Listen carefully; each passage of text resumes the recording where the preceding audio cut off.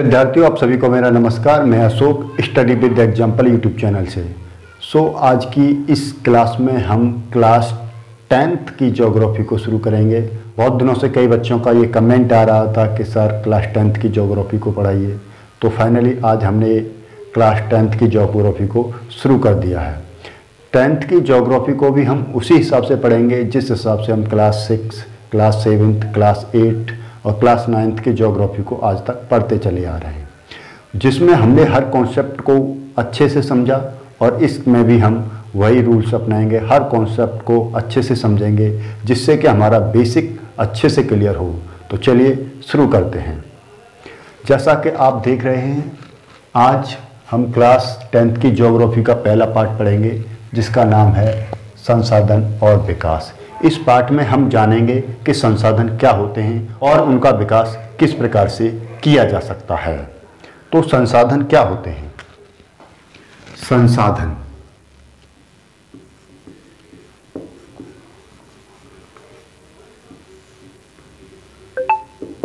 संसाधन को और अधिक बेसिक से समझने के लिए आप आई लिंक में मैं वीडियो दे दूंगा, उस पर क्लिक करके देख सकते हैं।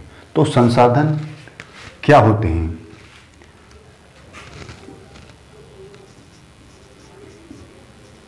पर्यावरण में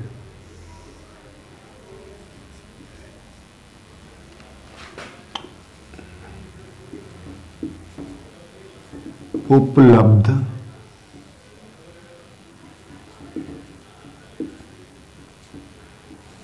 प्रत्येक वस्तु जो हमारी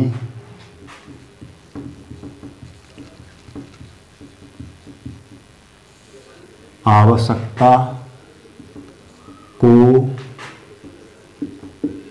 पूरा करने में प्रयोग की जा सकती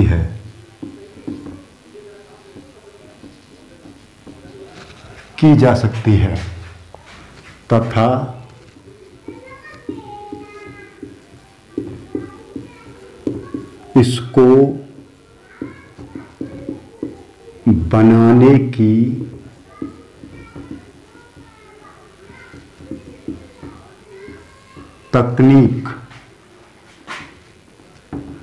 इसको बनाने की तकनीक मौजूद है।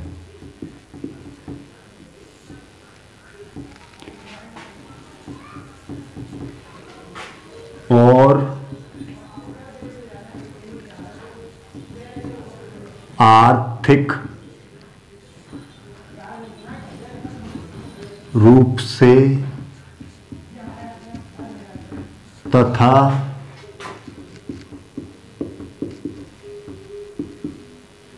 सांस्कृतिक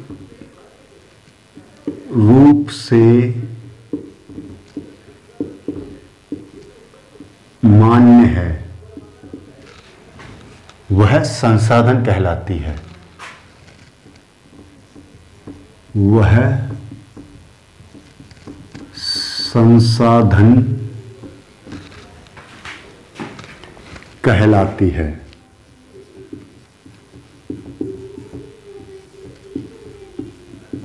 संसाधन कहलाती है, यानी कि हमारे इस पर्यावरण में, पूरे इस इन्वायरमेंट में जितनी भी वस्तुएं हैं, उन वस्तुएं जो हैं वो हमारी आवश्यकता को पूरा कर सकें, उन वस्तुओं का हम अपने जीवन में उपयोग कर सकें, वो सारी की सारी वस्तुएं संसाधन कहलाती हैं। ऐसी वस्तुएं जिनका ज्ञान, जिनकी तकनीक हमारे पास है, ऐसी वस्तुओं को हम क्या कहते हैं? संसाधन कहते हैं।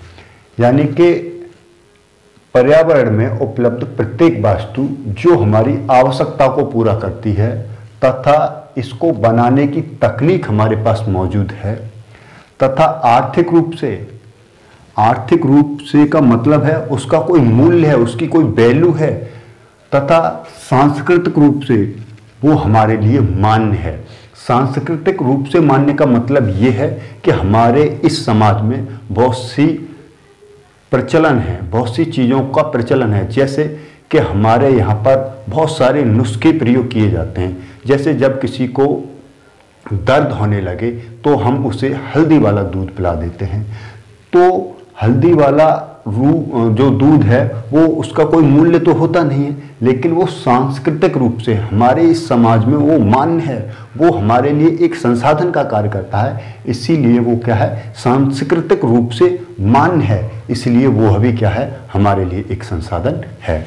हम पर्यावरण में उपलब्ध प्रत्येक वस्तु को संसाधन में रूपांतर करने के लिए क्या करते हैं, हम पर्यावरण में उपलब्ध प्रत्येक वस्तु को संसाधन में कन्वर्ट करने के लिए, यानी प्रकृति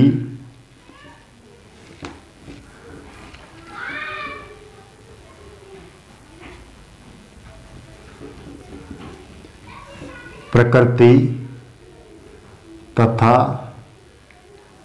प्रौद्योगिकी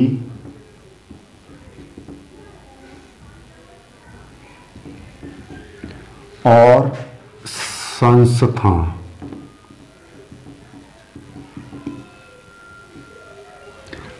को मिलकर क्या करते हैं, हम किसी भी वस्तु को, किसी भी पदार्थ को संसाधन में कन्वर्ट कर सकते हैं। इसीलिए इन तीनों का क्या है, आपस में संबंध है। क्योंकि प्रकृति में उपलब्ध प्रत्येक वस्तु को हम क्या कर सकते हैं, यानी हम मानव, कौन, मानव, मनुष्य प्रकृति में उपलब्ध प्रत्येक वस्तु को अपनी ज्ञान यानी तकनीक के द्वारा क्या कर सकता है, अपने प्रयोग में आने वाली वस्तुएं यानी अपने लिए संसाधन में कन्वर्ट कर सकता है। संसाधन में कन्वर्ट करने वाली संस्थाओं का निर्माण कर सकता है, बना सकता है, जिससे कि उसका विकास अच्छे से हो सके, मानव का विकास तेज गति से हो सके। इस तरह से कार्य कर सकते हैं। बहुत से लोगों का मानना है कि प्रकृति ने हमारे लिए बहुत सारी चीज़ें उपहार स्वरूप दी हैं। ऐसा नहीं है, बल्कि प्रकृति में जितनी भी वस्तुएं ज़्यादातर पाई जाती हैं वो सारी की सारी वस्तुएं मानव के क्रियाकलापों का ही परिणाम है। मानव ने उन सारी की सारी वस्तुओं को अपने क्रियाकलापों से अपने लिए संसाधन में कन्वर्ट कर लिया है। तो संसाधन कई प्रकार के होते हैं। संसाधनों का वर्गीकरण कई प्रकार से किया जा सकता है। जैसे संसाधनों का वर्गीकरण किस किस प्रकार से किया जा सकता है, कई वर्गों में किया जा सकता है। जैसे मैं यहां लिखूं, संसाधनों का वर्गीकरण।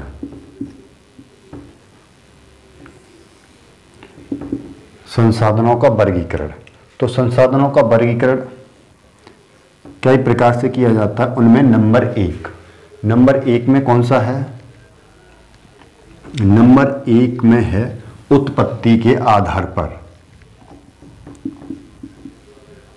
उत्पत्ति के आधार पर, उत्पत्ति के आधार पर भी संसाधनों को दो प्रकार से डिवाइड किया गया है। नंबर एक जैव संसाधन, नंबर दो अजैव संसाधन। तो उत्पत्ति के आधार पर भी संसाधनों को दो प्रकार से डिवाइड किया गया है। नंबर एक यानी कि जैव संसाधन,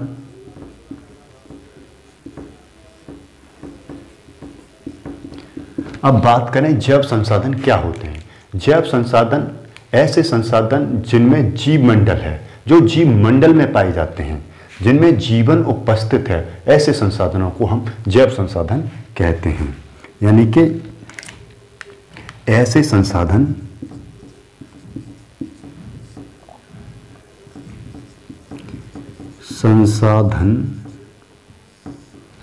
जो जीव मंडल में पाए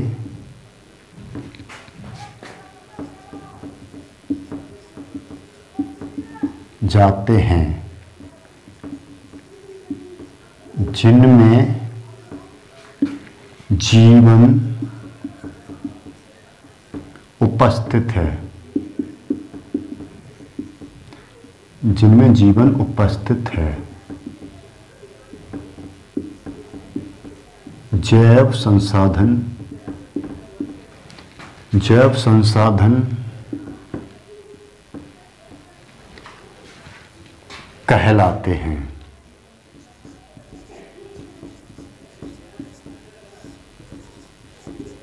जैव संसाधन कहलाते हैं। जैसे मनुष्य क्या है?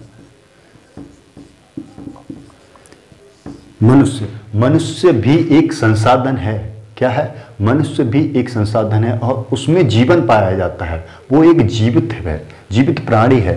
तो ये कैसा संसाधन है? एक जैव संसाधन है। इसी तरह से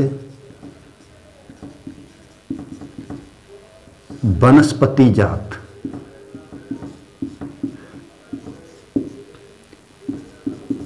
प्राणी जात, मत्स्य जीवन,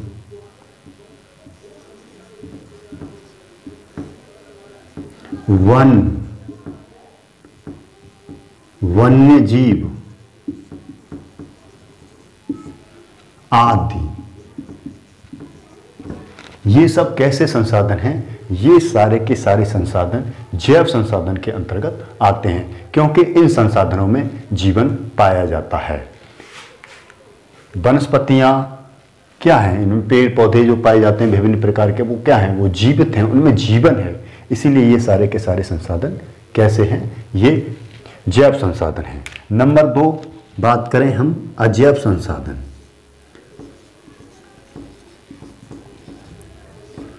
अजैव संसाधन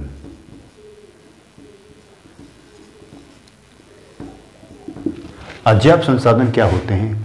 ऐसे संसाधन जिनमें जीवन नहीं पाया जाता, वो संसाधन अजैव संसाधन कहलाते हैं।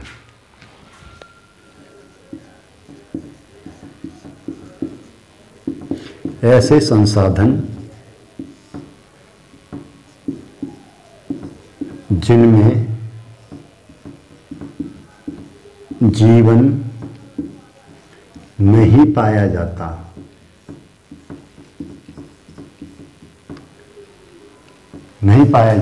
या हम ये कहें ऐसे पदार्थ जो निर्जीव होते हैं उन्हें हम अजैव संसाधन कहते हैं। या ऐसे संसाधन जो निर्जीव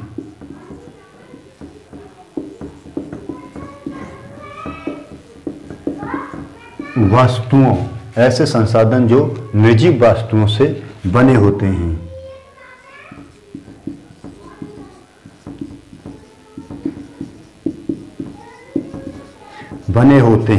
अजैव संसाधन कहलाते हैं। अजैव संसाधन कहलाते हैं। उदाहरण के लिए देखें,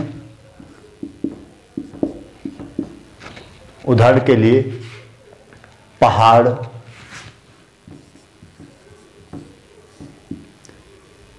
पर्वत, पत्थर क्या है? ये अजैव संसाधन है। इनमें किसी भी प्रकार का कोई जीवन नहीं है, फिर भी ये हमारे लिए क्या है? एक प्रकार से संसाधन हैं।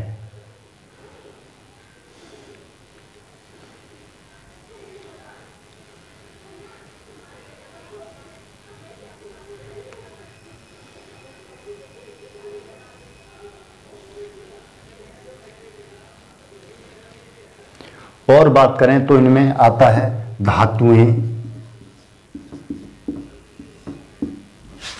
चट्टानें,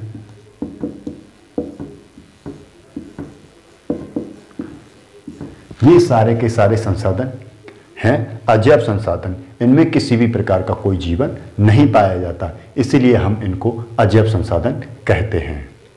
आप इसे अपनी कॉपी पर नोट कर सकते हैं या इसका स्क्रीनशॉट ले सकते हैं। मैं साइट को हो जाता हूँ।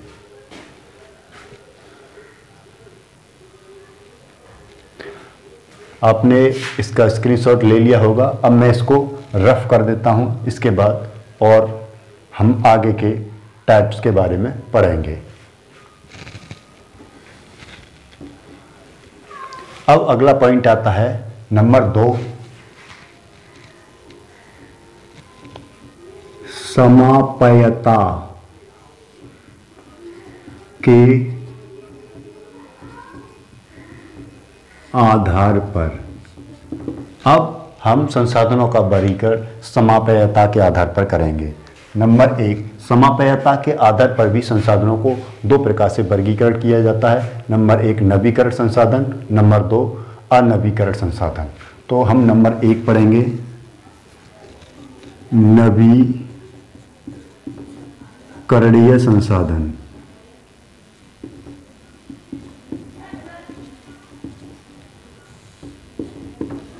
नवीकरणीय संसाधन।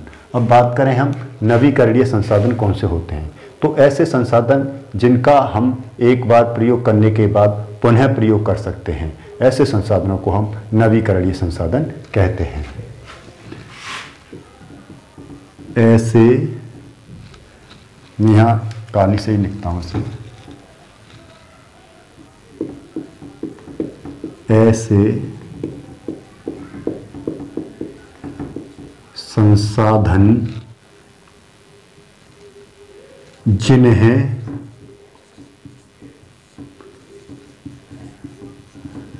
भौतिक, रासायनिक,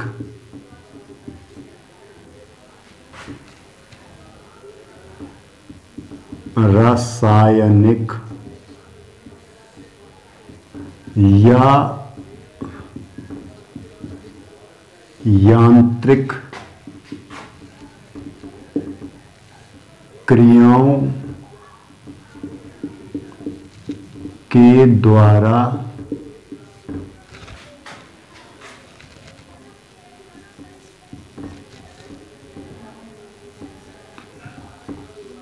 पुनः प्राप्त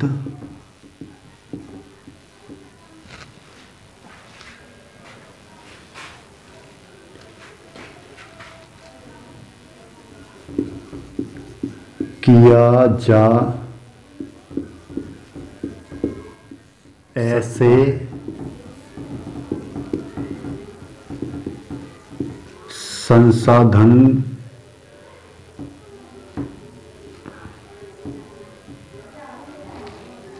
ऐसे संसाधनों को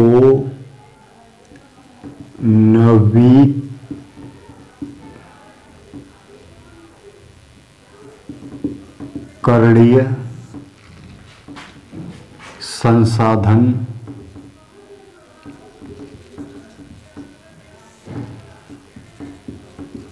कहते हैं।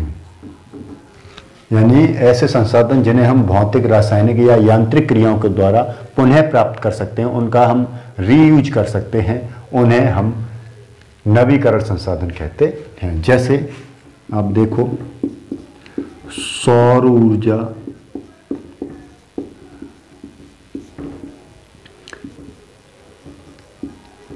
जल ऊर्जा,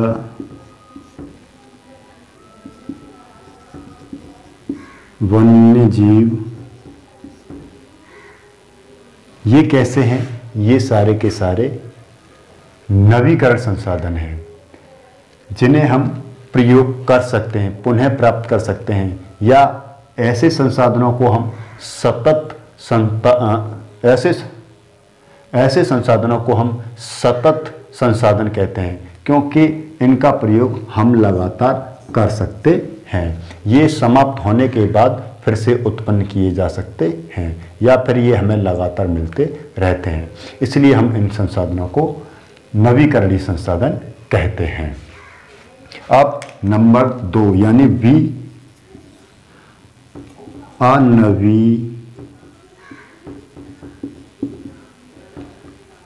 नवीकरणीय संसाधन। अनवीकरणीय संसाधन वे संसाधन होते हैं जिनका विकास, जिनको पाना में बहुत लंबा समय लग जाता है। यानी ऐसे संसाधन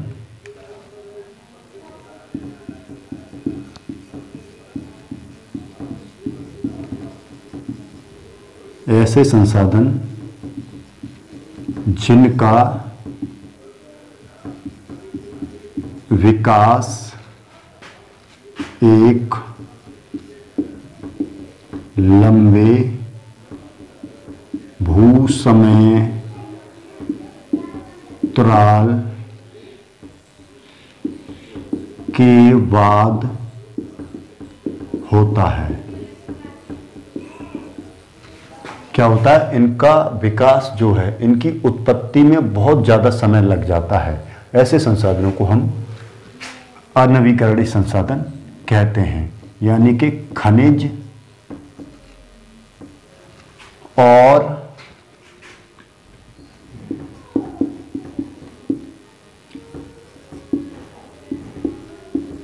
जीवाश्म ईंधन इस प्रकार के संसाधन हैं। यानी कि खनिज जो जमीन से निकाले जाते हैं, जैसे लोहा, सोना, एल्युमिनियम, धातुएं, अन्य जितनी भी होती हैं, वो सभी क्या हैं, इस संसाधन के अंतर्गत आती हैं। तो बात करें हम इसमें से कुछ संसाधन, यानी हम बात करें कि खनिज संसाधन जो होते हैं,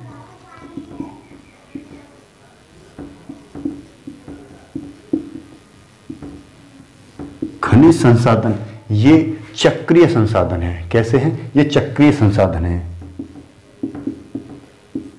इनका हम दोबारा से उपयोग कर सकते हैं। जैसे लोहा एक बार हमने जमीन से निकाला है भी, फिर उसके बाद जैसे लोहे को हम एक बार जमीन से निकालते हैं और निकालने के बाद उसका उपयोग करते हैं, और उसके बाद फिर जब हमारे यूज में नहीं रहता तो हम गला के उसको फिर से दोबारा से यूज में ले लेते हैं। इसलिए जो खनिज संसाधन है उनका हम दोबारा से उपयोग कर सकते हैं। इसके बाद हम देखें जीवाश्म ईंधन।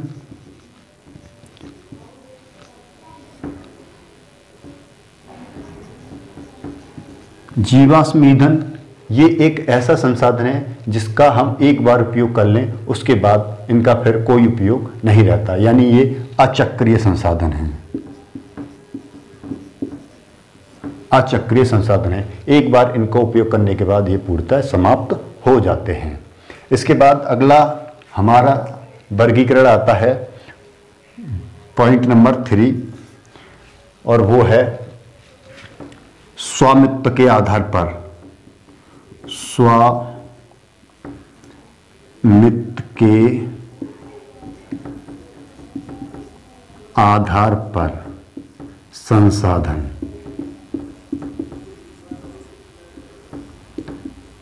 स्वामित्व के आधार पर संसाधन। स्वामित्व के आधार पर संसाधन का मतलब यह है कि उन संसाधन पर किस किस का अधिकार है। तो स्वामित्व के आधार पर भी संसाधनों को कई प्रकार से वर्गीकृत किया जाता है, जैसे निजी संसाधन, राष्ट्रीय संसाधन,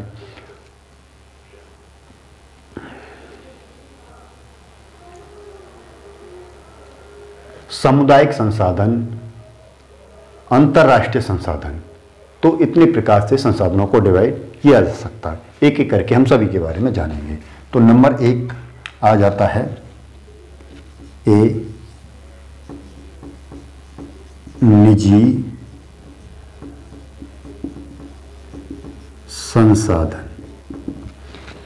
निजी संसाधन कौन से होते हैं? ऐसे संसाधन जिन पर व्यक्तियों का अपना अधिकार होता है, उन्हें हम निजी संसाधन कहते हैं। ऐसे संसाधन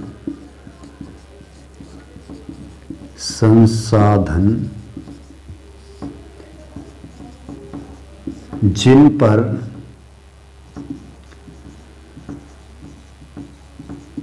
व्यक्तियों का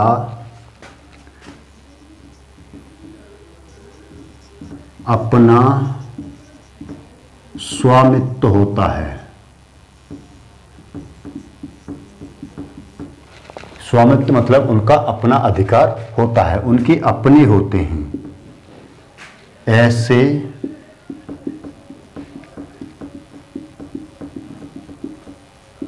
संसाधनों को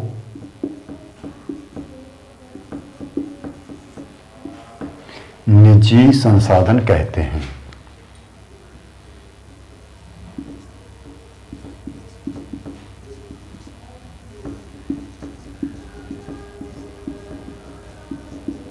निजी संसाधन कहते हैं। जैसे में हम बात करें तो कौन कौन से आ सकते हैं, जैसे व्यक्तियों का अपना खेत, अपना घर, अपनी गाड़ी, अपना मकान, अपनी दुकान, ये सब क्या हैं, उनके अपने हैं, तो ये उनकी निजी संसाधन हैं। जैसे घर, दुकान, जमीन, बाग, नल आदि, ये सभी व्यक्तियों के अपने निजी संसाधन हैं, इसलिए हम इन्हें निजी संसाधन कहते हैं। अब बात करें आगे, और नंबर बी में कौन से आते हैं, सामुदायिक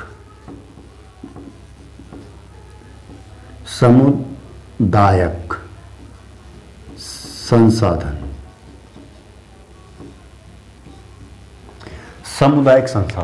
सामुदायिक संसाधन कौन से होते हैं, ऐसे संसाधन जिन पर सभी समुदायों का बराबर का अधिकार होता है। उन संसाधनों का उपयोग सारे के सारे समुदाय के लोग कर सकते हैं। ऐसे संसाधनों को हम सामुदायिक संसाधन या सार्वजनिक संसाधन कहते हैं। यानी ऐसे संसाधन जिन पर सभी समुदाय के लोगों का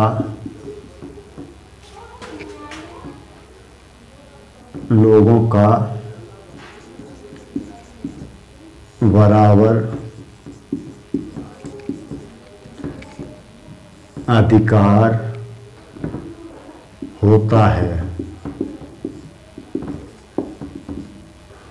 अधिकार होता है। सामुदायिक संसाधन कहलाते हैं।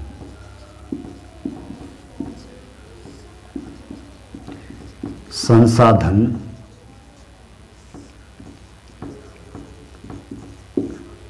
कहलाते हैं। ऐसे संसाधन कैसे होते हैं, जैसे गांव में या हर बाजार शहर में विद्यालय होते हैं, जैसे सरकारी विद्यालय,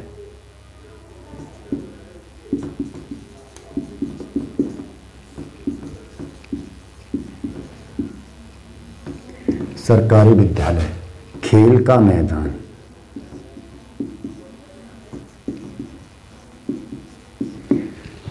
मैदान, तालाब,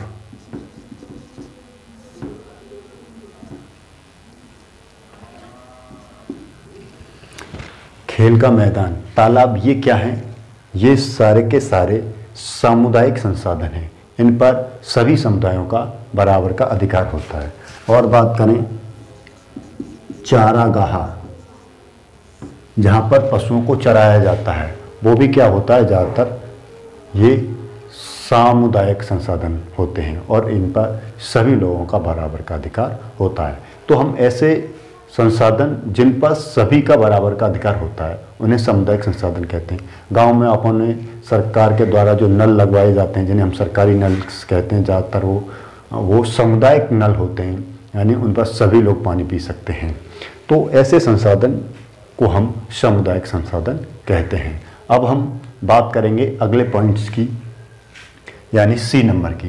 तो मैं ऊपर से रफ कर देता हूँ, आपने ये नोट कर लिया होगा। तो अच्छी बात है। अगर नहीं किया तो इसका एक आप स्क्रीनशॉट ले सकते हैं। मैं साइट को हो जाता हूं। अब मैं इसको ऊपर की तरफ से रब कर देता हूं।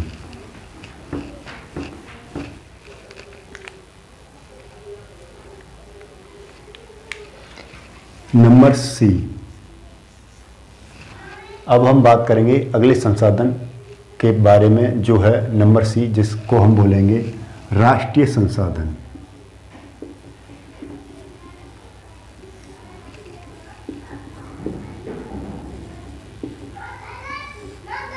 राष्ट्रीय संसाधन। राष्ट्रीय संसाधन कौन से होते हैं? तो ऐसे संसाधन जो देश में पाए जाते हैं, एक देश में पाए जाते हैं, वो सारे के सारे संसाधन क्या होते हैं? राष्ट्रीय संसाधन होते हैं।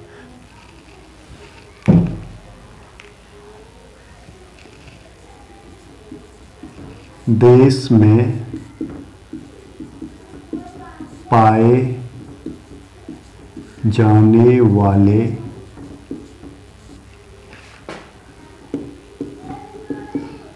सभी संसाधन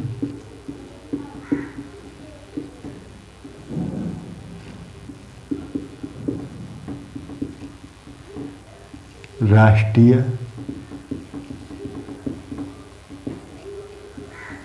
संसाधन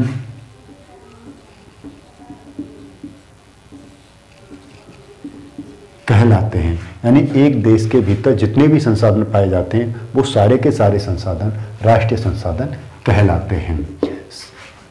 हमारे देश की या किसी भी देश की सरकार को ये अधिकार होता है कि वो जनता के हितों के लिए, जनता के अच्छे के लिए निजी संसाधनों का भी अधिग्रहण कर सकती है। जैसे हमने पिछले पॉइंट में पढ़ा था, निजी संसाधन जो व्यक्तियों के अपने होते हैं उन्हें भी सरकार जनता के हितों के लिए क्या कर सकती है?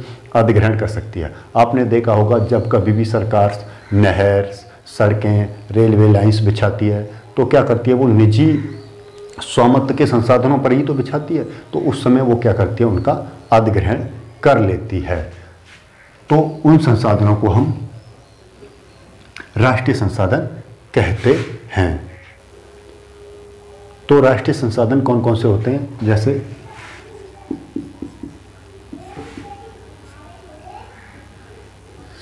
सभी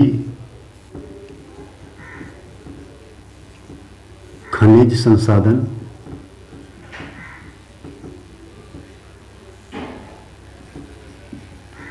जल संसाधन,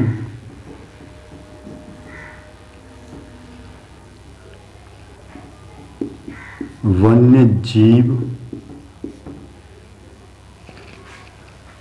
जो देश की राजनीतिक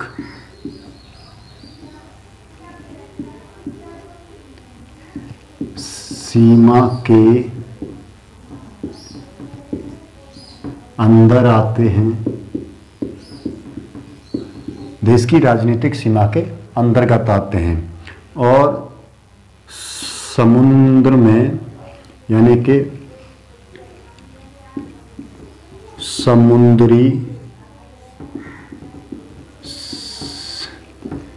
समुद्री सीमा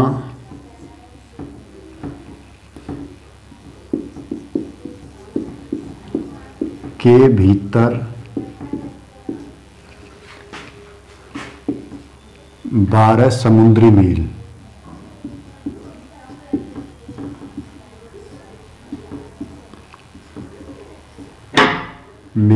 तक के सारे संसाधन, यानी समुद्र की सीमा के अंतर्गत, समुद्र में 12 किलोमीटर, समुद्र के भीतर 12 समुद्री मील तक की दूरी में जितने भी खनिज संसाधन होते हैं वो राष्ट्रीय संसाधन होते हैं। जैसे मानो ये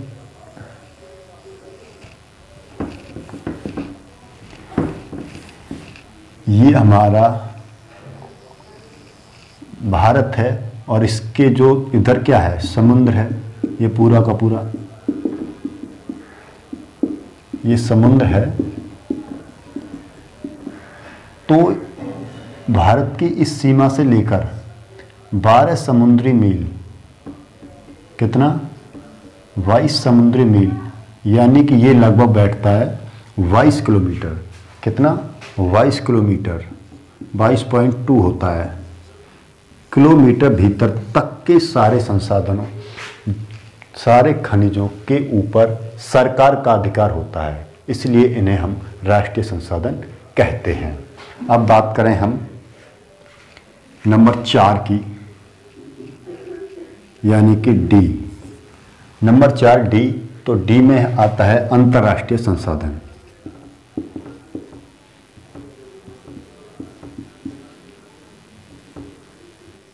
तो अंतर्राष्ट्रीय संसाधन ऐसे संसाधन हैं जिन पर अंतर्राष्ट्रीय संस्थाएं नियंत्रण रखती हैं।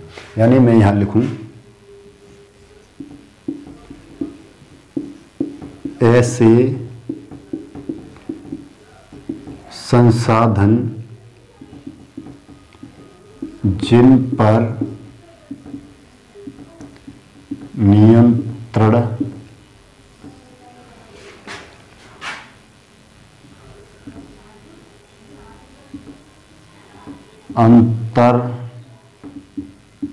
अंतरराष्ट्रीय संस्था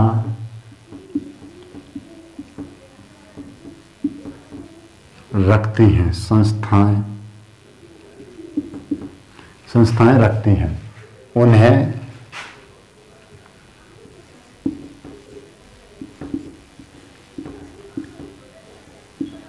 अंतर्राष्ट्रीय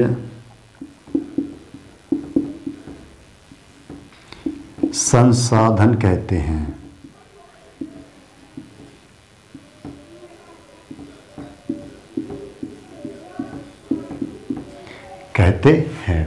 जैसे 12 नॉटिकल मील, यानी 12 नॉटिकल मील से अगर बाउंड्री से यहाँ तक हम बात करें 200 नॉटिकल मील, एक देश की सीमा से समुद्र में 200 नॉटिकल मील अंदर जाने के बाद, यानी इतने एरिया के बाद जो भी संसाधन हैं उन पर, जो भी समुद्र पड़ता है उस पर अंतर्राष्ट्रीय संस्थाएं कार्य करती हैं, उनको अपने नियंत्रण में रखती हैं।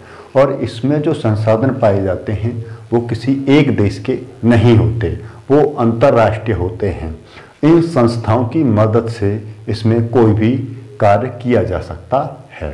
तो ऐसे संसाधनों को हम अंतर्राष्ट्रीय संसाधन कहते हैं। अब हमारा अगला पॉइंट आता है नंबर 4, विकास के आधार पर संसाधन। विकास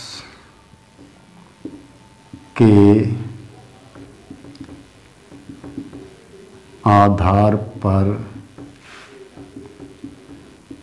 संसाधन, यानी हमने संसाधनों का किस किस तरह से विकास कर लिया, उसके आधार पर कितने प्रकार के संसाधन होते हैं। तो ये भी लगभग 4 प्रकार के होते हैं, एक एक करके हम सभी को पढ़ लेंगे। नंबर 1 यानी ए, संभाव्य संसाधन। संभाव्य संसाधन, संभाव्य संसाधन कौन से होते हैं? ऐसे संसाधन जिनकी उपयोगिता आने वाले समय में हो सकती है, जिनका उपयोग हम आने वाले समय में कर सकते हैं, लेकिन अभी तक हमें उनकी क्वालिटी, गुणवत्ता नहीं पता, ना ही हमें उनकी क्वांटिटी पता।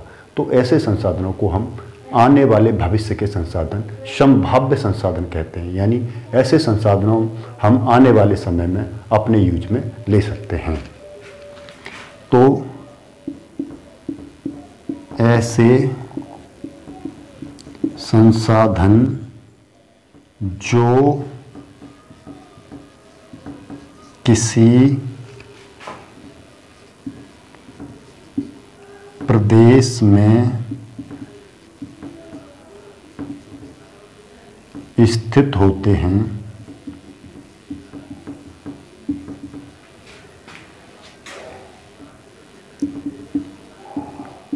जिनकी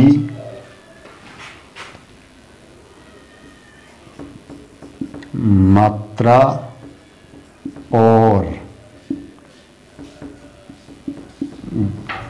जिनकी मात्रा और गुणवत्ता को अभी तक ज्ञात नहीं किया जा सका है, ऐसे संसाधनों को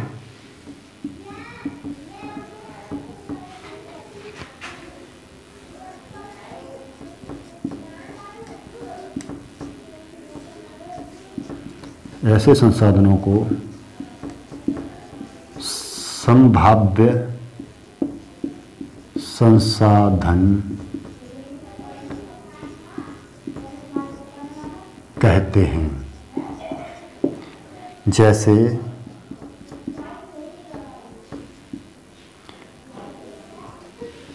भारत के राजस्थान तथा गुजरात में तेज चलती हवाओं के द्वारा हम क्या कर सकते हैं, विद्युत उत्पादन कर सकते हैं, लेकिन अभी तक हमने उनका उपयोग नहीं किया है।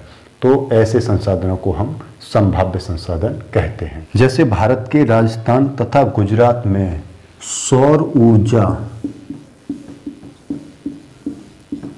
ऊर्जा की अपार संभावना है, लेकिन अभी तक उनका कोई उपयोग नहीं किया जा सका है। तो ऐसे संसाधनों को हम संभाव्य संसाधन कहते हैं। आप इसे नोट कर लीजिए, अगर नोट नहीं किया है तो इसका भी स्क्रीनशॉट ले लें। अब मैं इसको रफ कर देता हूं। अगला पॉइंट आता है बी, विकसित संसाधन। विकसित संसाधन, तो विकसित संसाधन कौन से होते हैं? ऐसे संसाधन जिनका सर्वेक्षण किया जा चुका है, जिनकी मात्रा और गुणवत्ता का हमें पता है और इस समय हम उसका उपयोग कर रहे हैं। ऐसे संसाधनों को हम विकसित संसाधन कहते हैं।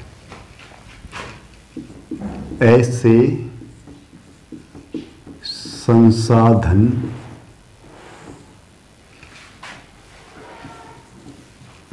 जिनका सर्वेक्षण किया जा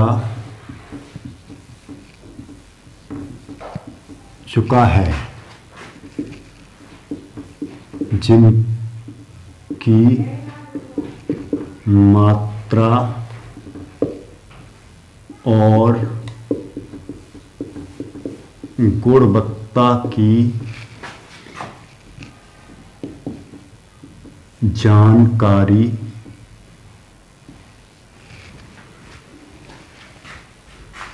हमें पता है और इनका इस समय हम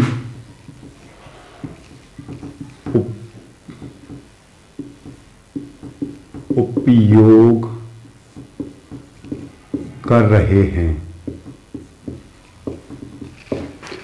कर रहे हैं। ऐसे संसाधन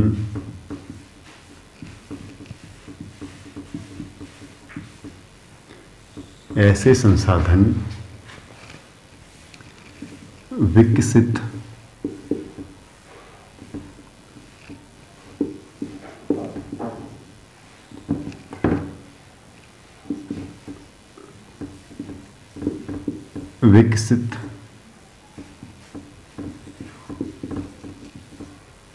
संसाधन कहलाते हैं। विकसित संसाधन कहलाते हैं। जैसे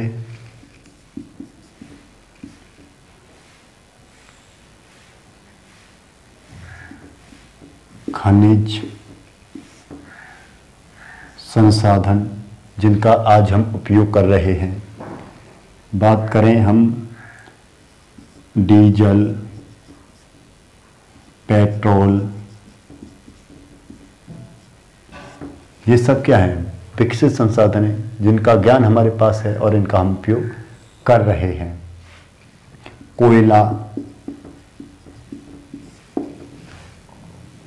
कोयला भी एक विकसित संसाधन है। अब हम अगले पॉइंट की तरफ चलेंगे जो है नंबर सी। नंबर सी पर आता है भंडार। क्या आता है? भंडार। ऐसे संसाधनों को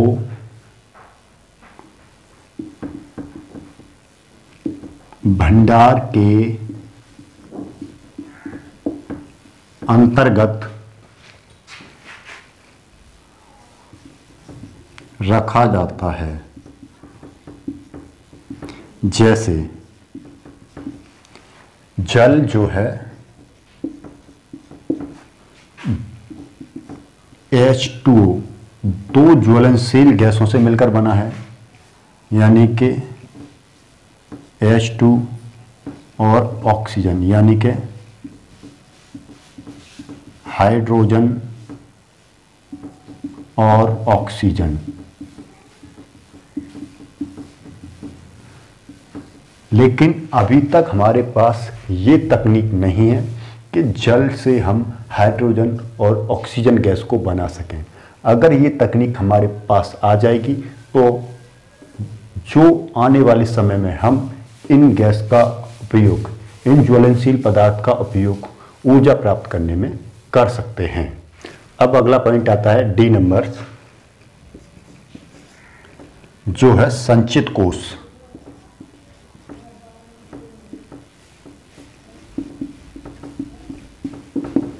संचित कोष क्या है? संचित कोष भी भंडारण का ही हिस्सा है, लेकिन संचित कोष और भंडारण में अंतर यह है कि भंडारण में अभी हमें कुछ ज्ञान नहीं है, जिसके कारण उनको आने वाले समय में जब हमारे पास तकनीक आ जाएगी, ज्ञान आ जाएगा, उन भंडारणों का उपयोग हम संसाधन के रूप में कर सकते हैं, संचित कोष के रूप में रख सकते हैं। अब हमारे पास जिन वस्तुओं को संसाधन में कन्वर्ट कर लिया है उनका हमारे पास ज्ञान है और उनको इस समय हम उपयोग नहीं कर रहे हैं, यानी हमारे पास तकनीक है, पता है ये इसका हम उपयोग में ले सकते हैं, लेकिन अभी हम उसको उपयोग में नहीं ले रहे हैं, यानी कि हमने उसको स्टोर करके रख लिया है। जब हमें ज़रूरत पड़ेगी उसका हम उपयोग कर सकते हैं। जैसे हमें पता है हम जल से विद्युत बना सकते हैं, लेकिन अभी हम उसका इतनी अधिक मात्रा में उपयोग नहीं कर रहे हैं, लेकिन हमको जब ज़्यादा ज़रूरत पड़ेगी तो हम जल के द्वारा विद्युत को और तेज गति से बना सकते हैं। तो ऐसे संसाधनों को हम संचित कोष के संसाधन कहते हैं। सो आज की इस क्लास में हम यहीं तक रखते हैं। So thank you.